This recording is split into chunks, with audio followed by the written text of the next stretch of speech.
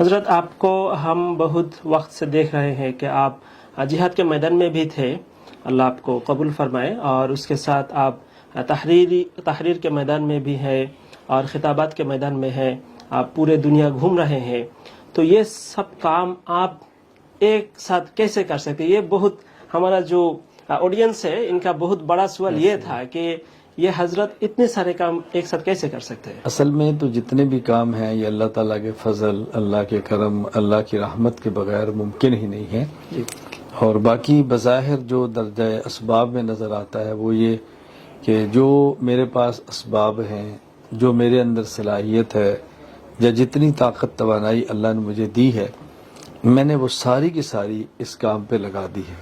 اور جب انسان اخلاص کے ساتھ ایک کام میں چل پڑتا ہے تو اللہ تعالیٰ اس کے لیے ان سارے کاموں کو آسان فرما دیتے ہیں۔ اللہ تعالیٰ کا بہت کرم ہے کہ میرا پاکستان میں ایک بہت بڑا ادارہ مرکز اہل سنت والجماعت کے نام سے قائم ہے، جی جو جنوری 2003 میں بنا تھا، اور خانقاہ حنفیہ موجود ہے۔ اس کے تحت پھر کئی مدارس اور خانقاہیں بھی ہیں۔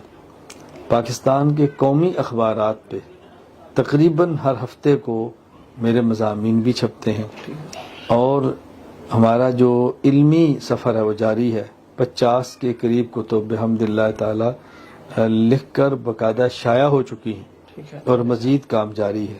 تو 12 جو بات آپ نے فرمائی ہے یہ اللہ کے فضل اور اللہ کے کرم کے بغیر ممکن نہیں ہے، اور اللہ کا شکر ہے کہ الحمدللہ دین کے ہر شعبے میں اللہ تعالیٰ ہم سے کام لے رہے ہیں۔ بس دعا کریں کہ اللہ تعالیٰ قبول فرمائے۔